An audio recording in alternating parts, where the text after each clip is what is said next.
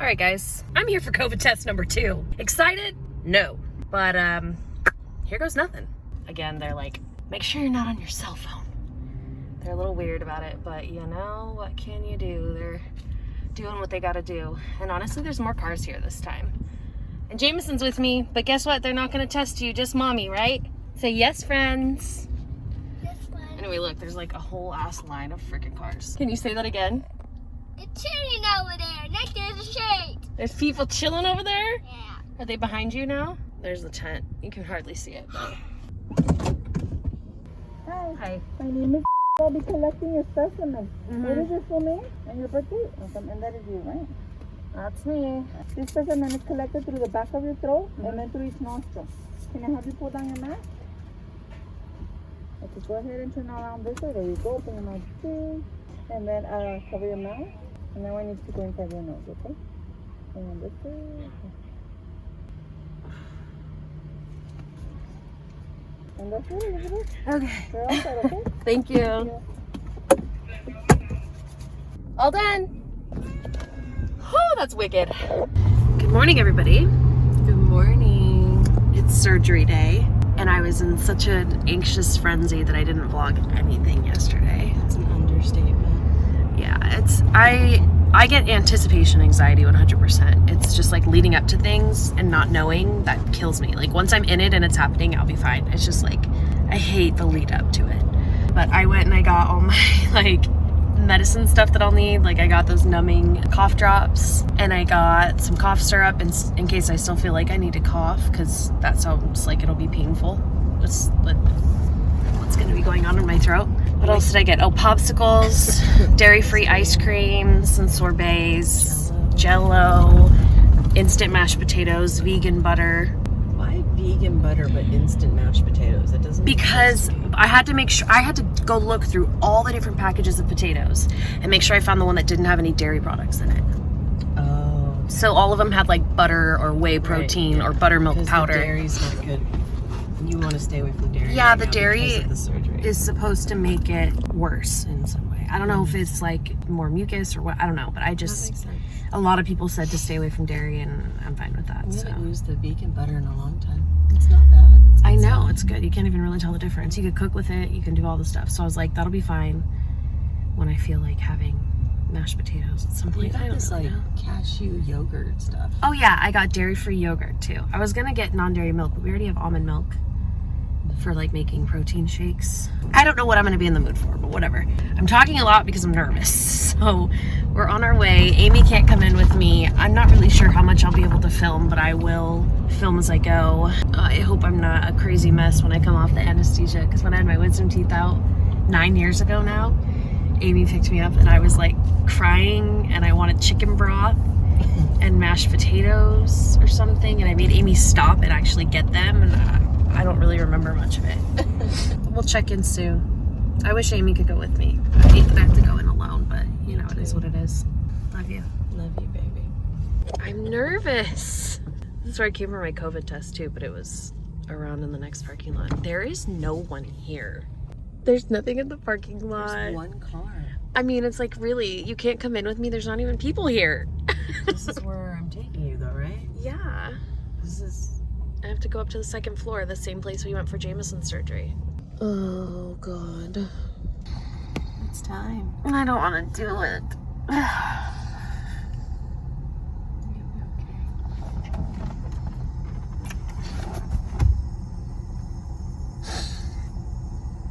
Sweetie, it's gonna be okay. You'll be happy when it's all done. We'll be here to take care of you when you get out. When I get out, you sound like I'm going to prison. I love you. I love you. You're brave. You're strong. And you're gonna be fine. You know, yank those bad boys right out. There you go. Okay, I'm gonna go now.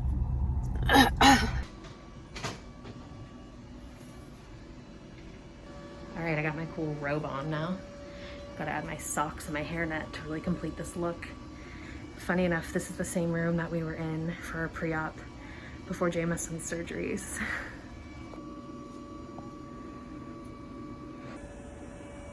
This is a good look for me, Mo. Okay, so now this hair is killing me. I'm covered in a blanket. I've got these things attached to me. There's one on each side and then one under my boob. 2 hours later. All right, so I got the call from the doctor this morning after England's surgery, and she said the surgery went extremely well. She was in recovery. Then I got another call about maybe an hour, not even an hour, maybe 30 minutes later, saying that the prescription is ready for her. So I'm heading now to the hospital. I hate the fact that she woke up out of her anesthetic all alone, and she had to go through this all alone. 1,000 feet. Turn left. Anyway, I'm here at the hospital. I'm gonna go pick her up.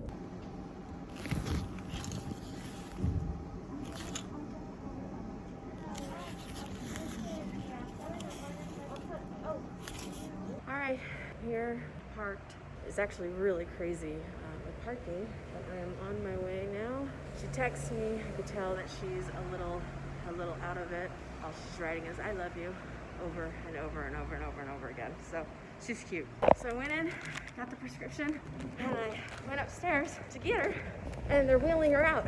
So I'm running to get the car so I can go pick her up. It's freaking hot.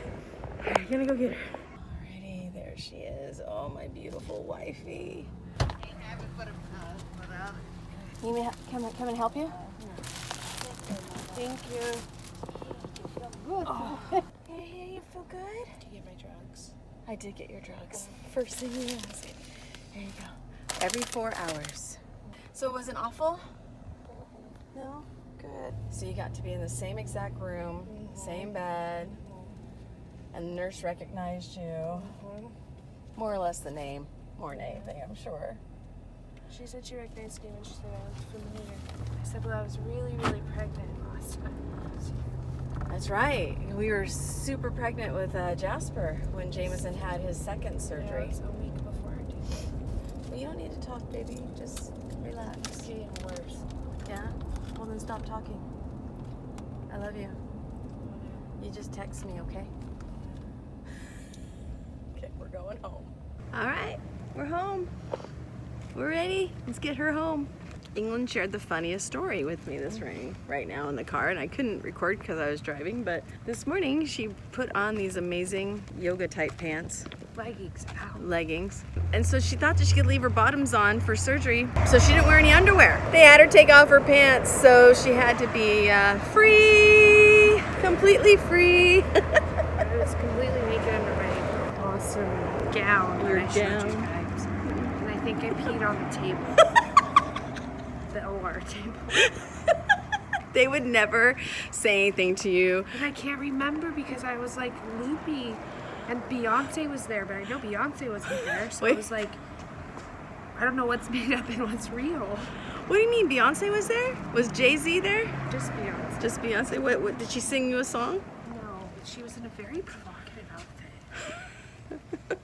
Oh my Yeah, goodness. I wasn't complaining, No, of course you wouldn't. You never would. but I know Beyonce wasn't there. Let's get this girl in bed. Why, yes, that is Slurpee in a bowl. And I'm watching YouTube on our TV. Right now I'm watching Ellen Fisher's vegan grocery haul. It's probably like super weird that I can't eat any food, but I'm watching food videos. Today's worse. It's day 2 after surgery. Well, the first day after surgery, day 2, I guess. I don't know. The pain is really bad. My tongue is bruised. Feels like I have whiplash, like in my neck, and I'm just imagining that's from them maneuvering my head and mouth and face in any way that they had to get my tonsils out. The pain in my throat's pretty bad. It's really hard to swallow. It's really hard to sleep. It's just not fun. I locked myself back here in the bedroom, and I'm just trying to find some relief.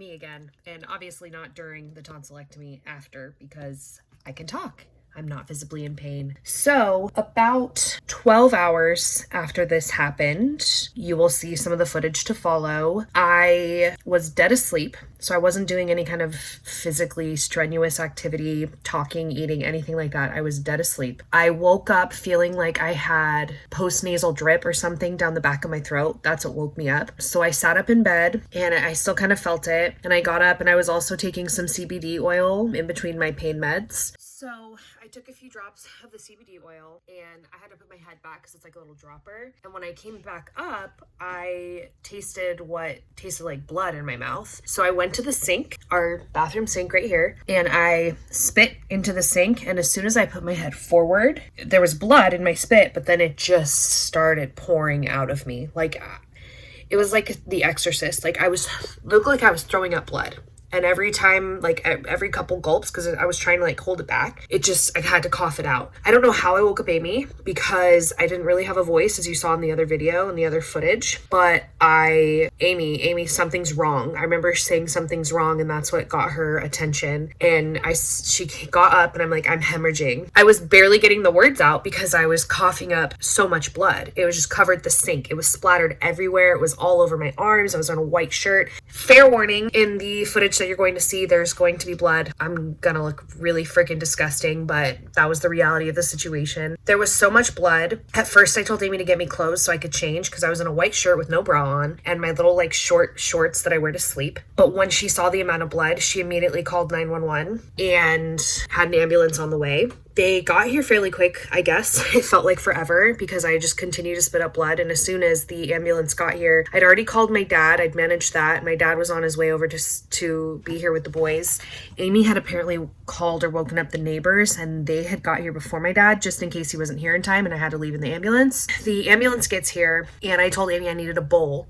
So she got like a little mixing bowl that we have, because otherwise I was going to track blood through the house. I was still coughing up blood at this point, like uncontrollably. I get the bowl, the ambulance gets here, I go to the front door, my dad's just getting here and he sees me coughing up blood, and I've never seen my dad look so scared in his life. He wanted to come with me. He's like, let me come with you. And I'm like, no, you need to stay with the boys. Amy's coming with me. Amy just grabbed my phone and my ID, because I asked her to grab those two things just in case. They get me to the ambulance and they tell Amy that she can't come with us. That sucked, but because of COVID and everything, she wasn't able to come with me. So they get me in the ambulance. Amy's running to her truck to get to her truck so she can follow the ambulance to the hospital, whichever hospital they're going to take me to, because there are a couple in the area. And she trips and falls, and she busts her forehead open, like right through her eyebrow. You'll see some of that footage next.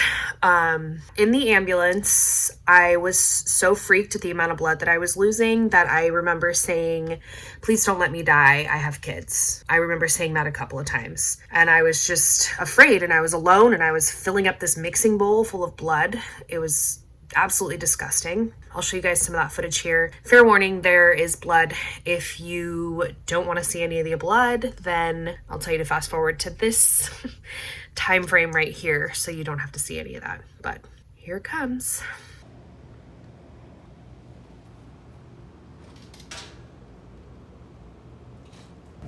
Alright, so giving an update.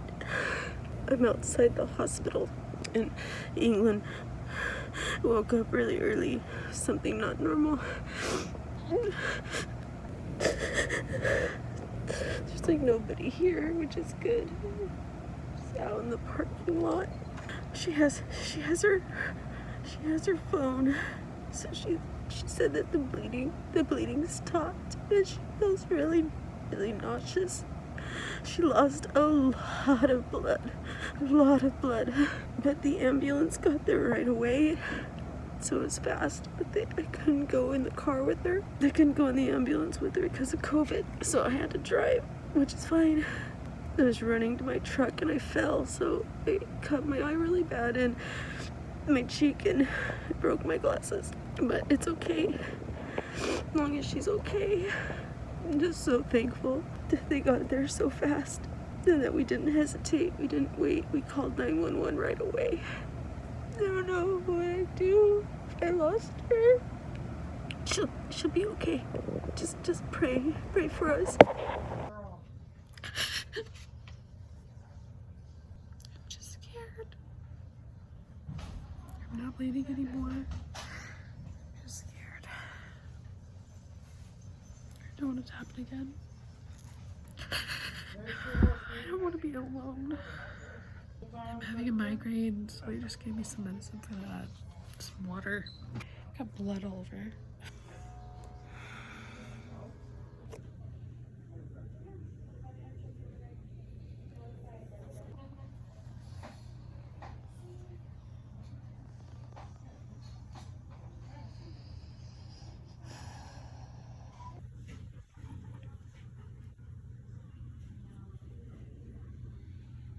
Hi everybody, we're home from the hospital. My eye is the casualty. This was the scariest moment of my life. She was hemorrhaging like buckets full. A sink full at least for sure of blood. Got to the hospital, they wouldn't let me in, so she was all alone and scared and in a lot of pain. And then she started to get an aura, which if those of you who have been following our channel know that England has these migraines that are really serious aura episodes, and so that's even worse to go through. So they gave her a shot, a very painful shot in her stomach. Luckily the boys were asleep when this all happened, so they didn't see anything that happened to mommy. We're home. She rested a little bit. We got ice packs on her throat, a lot of cold water.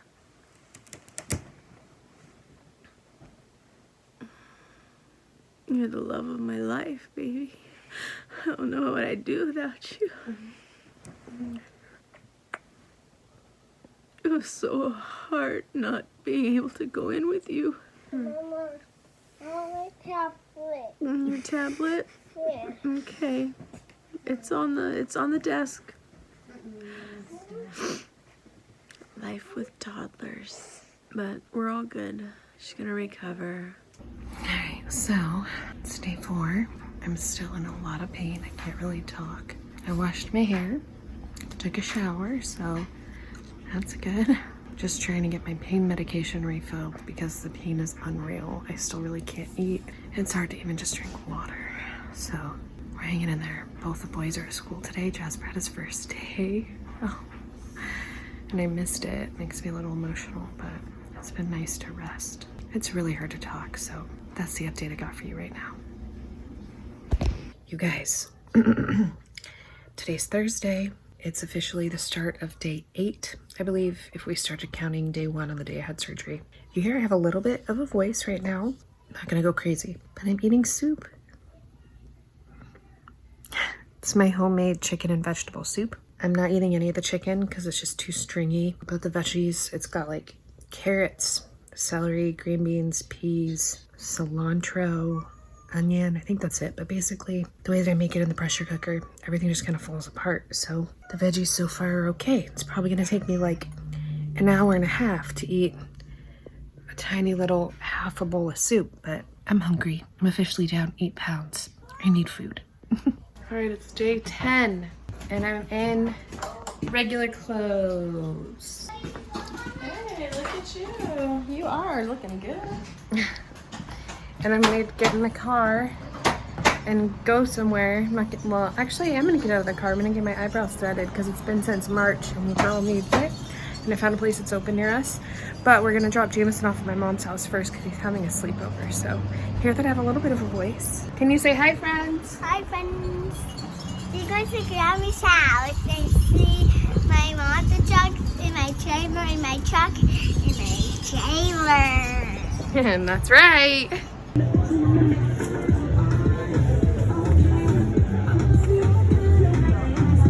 What's up, T-Mom crew? 11 days post-op. I still kind of sound like I have something stuck in my throat, but my voice is pretty much back. I ate my first real meal last night. I had some rice with some fish and avocado. All soft things, but it took me an hour to eat it, but it was good.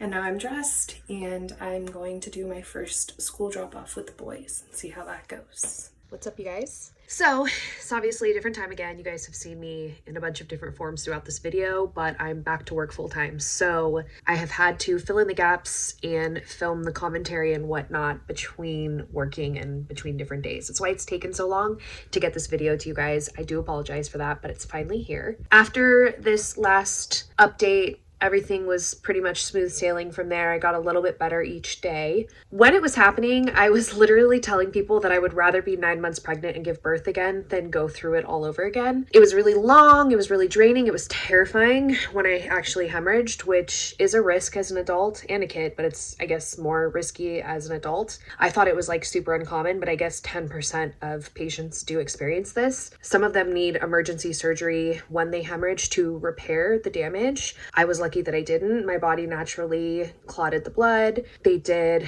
a chest x-ray and an MRI to make sure that there wasn't any liquid in my lungs or any clots in my chest or anything like that. Everything was good. So I was one of the luckier ones who didn't need a second surgery or anything. Since then, I have not had strep. I've not had a sore throat. I've not really gotten any kind of sinus sickness like I used to. Like I had strep, I think 7 times within like a 9-month span. So yeah, that was a major reason that I need to have them taken out. I'm glad that it's over. I'm glad that I'll never have to do it again.